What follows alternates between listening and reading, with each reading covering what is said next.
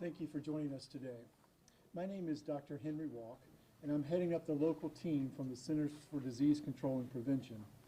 We are responsible for helping to ensure the health and well-being of the people the Department of State is returning from Wuhan, China, as well as continuing to ensure infection control and other precautions are followed. The evacuees will be temporarily staying at Travis Air Force Base during the remainder of their 14-day quarantine. I'm happy to report their plane touched down safely earlier this morning. There are a total of 178 people on this flight, and they're glad to be here. They've been through a lot, and we're going to do everything possible to care for them. Because these people lived in Wuhan, the epicenter of this outbreak, where there was intense and escalating community-wide spread of the novel virus, they're classified as being at high risk of exposure. Medical personnel have been screening, monitoring, and evaluating these folks every step of the way, including before takeoff, during the flight, and following arrival. This includes checking temperature and observing for respiratory symptoms. Medical screening will continue for the remainder of their quarantine, and throughout their quarantine, we will be following CDC guidance for infection control. Anyone showing signs of illness during the quarantine period will be transported to a nearby medical facility for isolation, evaluation, and care as needed. We know this situation may be concerning to people in the Travis Air Force Base community. Based on our experience with other coronaviruses, we don't believe these people pose a risk to this community because we are taking measures to minimize any exposures. With coronaviruses, person-to-person spread is thought to occur mainly via respiratory droplets produced when an infected person coughs or sneezes, similar to how influenza or other respiratory pathogens spread. These droplets can land in the mouths or noses of people who are nearby and possibly be inhaled into the lungs. There may be some spread that happens through close contact or touching a contaminated surface, but it's not thought to be the main way of spread. The public health measures CDC and the federal government are taking, including this quarantine, are science-based.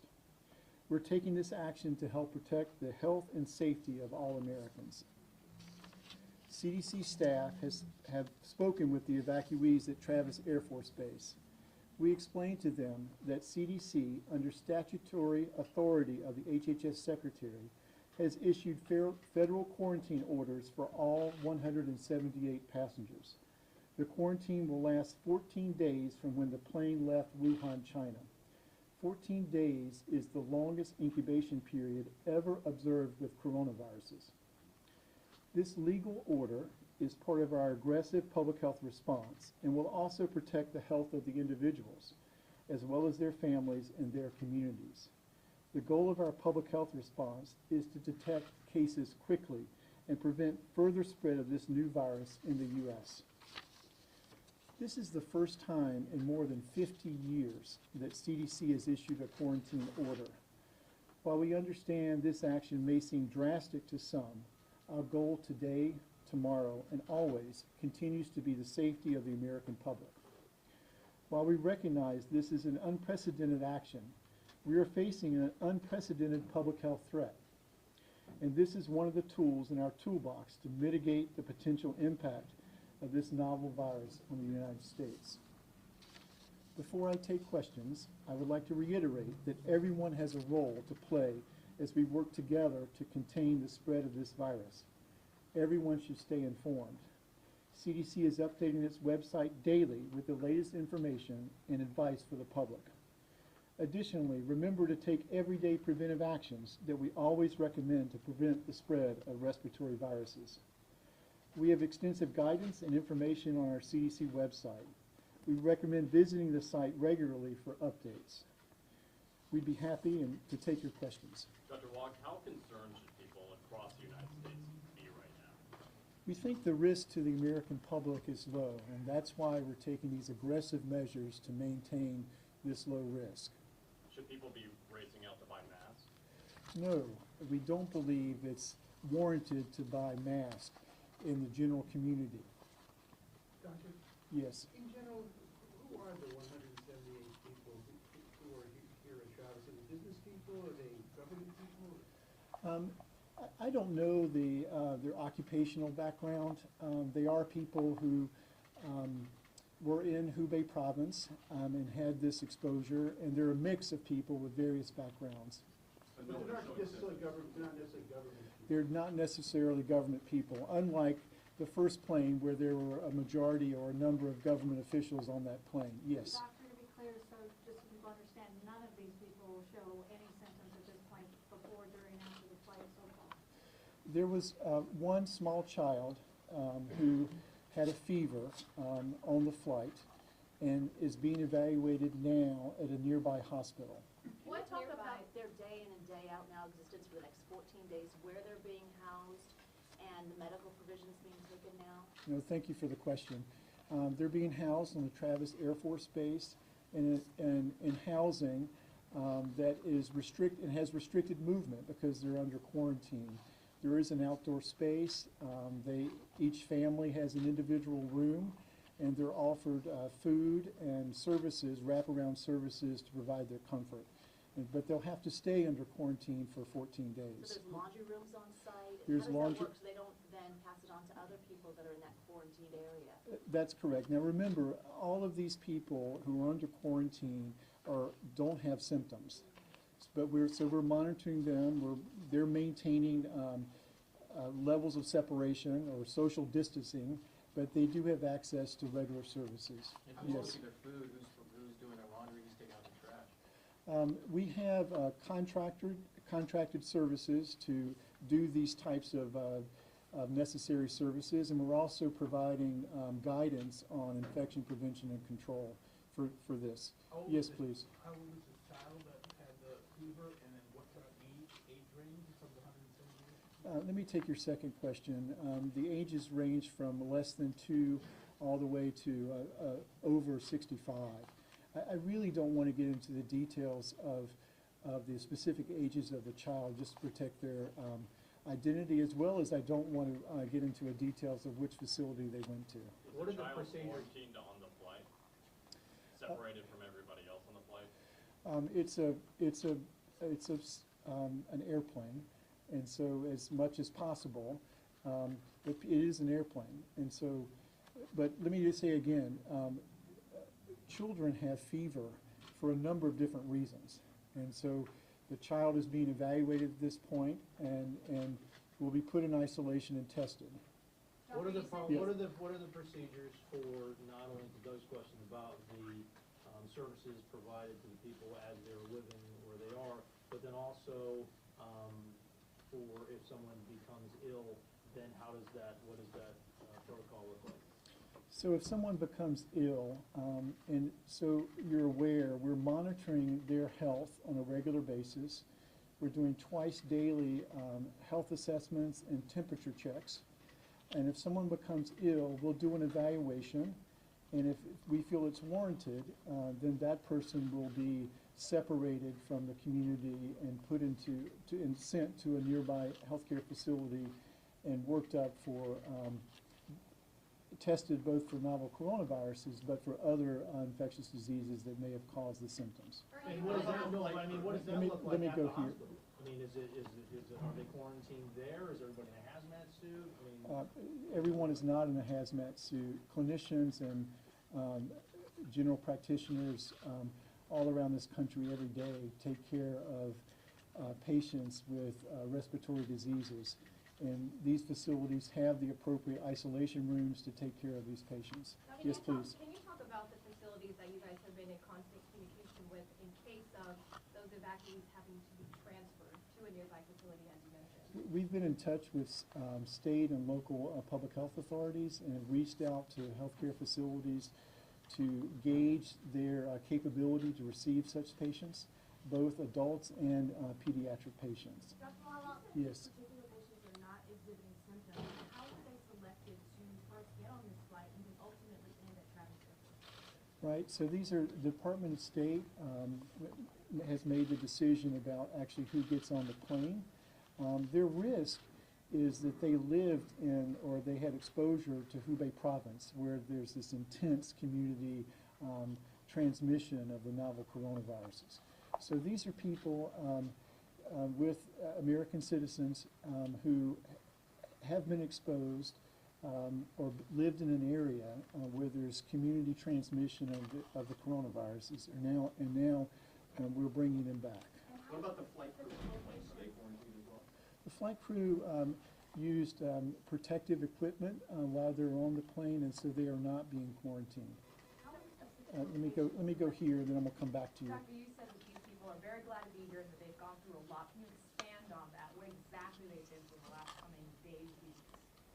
Well, you can imagine, there's a lot of information and fear about this particular emerging disease.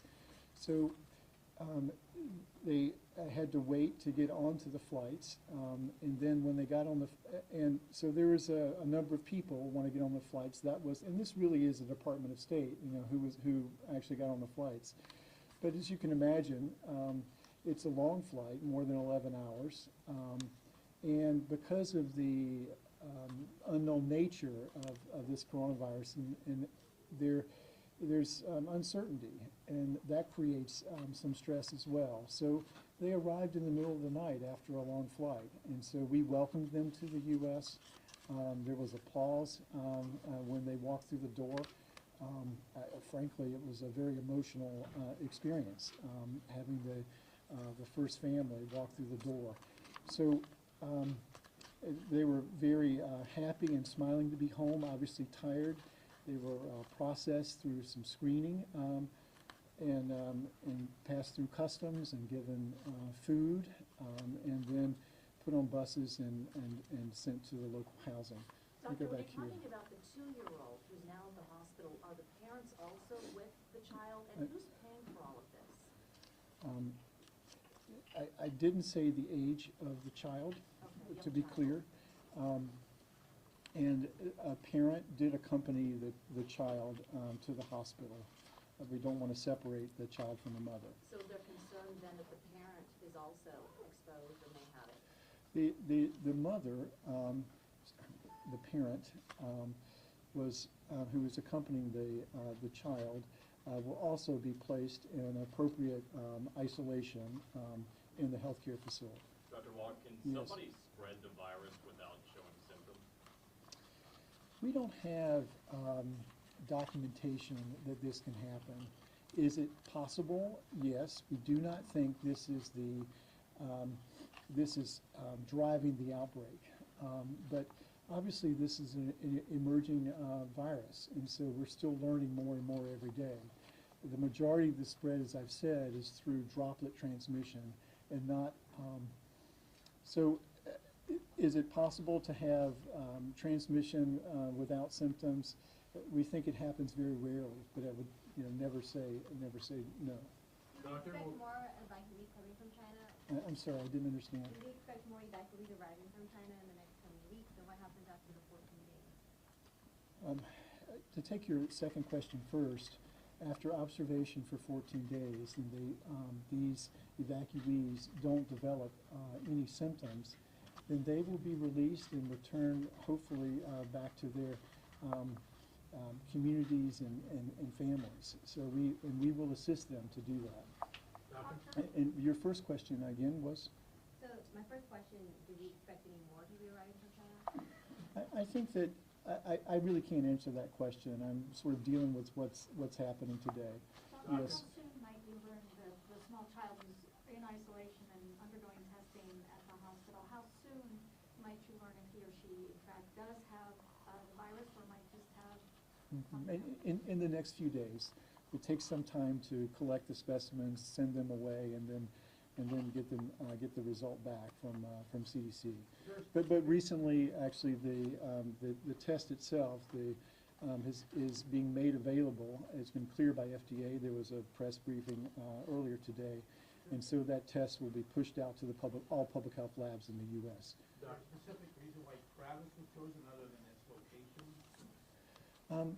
The Secretary of Defense chose Travis, and I don't I really can't get into the details of that, but obviously, Travis is a large facility and able to handle these types of passengers. Doctor, what, Yes.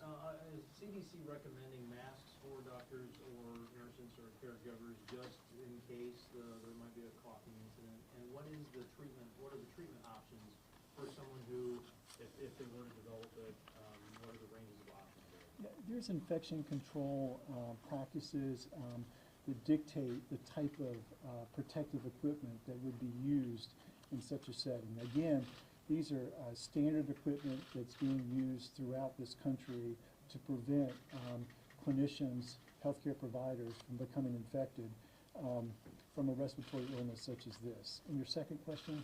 The treatment options, depending on the severity of the symptoms of. Currently, we don't have a specific treatment for the novel coronavirus. Obviously, we can provide supportive care, for example, providing if someone was in respiratory distress, oxygen, for example, and providing an environment in the hospital where we can provide the supportive interventions that's needed. But we don't have a specific antiviral therapy at the moment. Yes. How is this affecting life at the Air Force Base? Is it changing any routines? The Air Force Base is not changing their normal routines. With the assistance of the leadership in the Air Force Base, we've conducted a couple of town halls with the base community to answer any questions. Doctor, can you talk about the 14-day quarantine period, why specifically 14 and not 7? What is kind of the knowledge behind that? Is there a specific time frame to where a person should develop symptoms if they do in fact have this illness or disease? Correct. So the incubation period is that time between exposure and the time a person might develop symptoms. And it varies depending on the person. And that variation might be from early on, a day or two, to up to 14 days. 14 days, with most people are actually become symptomatic in that first week. And so we're being very conservative in pushing out the quarantine period to 14 days because there have been some people, though rarely, who've gotten illness during that period of time. So a 14-day window makes us, we're reassured that the person is not infected with the novel coronavirus. You might have already answered this, but how long were they in China?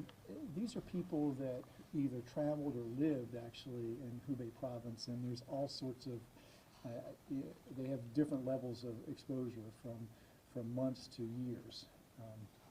So within that quarantine zone, is it just going to be CDC employees? Are you going to have some Air Force personnel also in those zones? We do not have Air Force personnel in the zone. We have CDC personnel as well as other federal agencies, HHS, for example, or the Administration for Children and Families, with assisting the evacuees. There's a question Are here. all the evacuees American citizens? The majority of them are American citizens. I don't know. I couldn't say the whole cohort is, for example. One more question. Let me get a question Talk a little here. bit about what daily life will be like for the evacuees over the next 14 days. Are there activities planned for them? Can they go to the pool or the gym or social activities, or are they pretty much stuck in their room? They're not stuck in their room. The housing is that there are common spaces. There's also a large outdoor area. There are kids among these evacuees, and so we have people on the staff who are working to put together activities. We want to maintain some social distances between family units, but at the same time, we're not restricting people to their rooms. So it's a delicate balance. They are being restricted to this area under quarantine. They're not being restricted to their rooms. We are asking them to have some social distancing, more than 6 feet between family units, and not have, for example, kids. We don't want them to share toys, for example, as much as we can between the families. So these kinds of activities. But yes, their mental health of these families and the people under quarantine is very important to us. For the public, what can you tell the public? What can you tell the public to put them on these?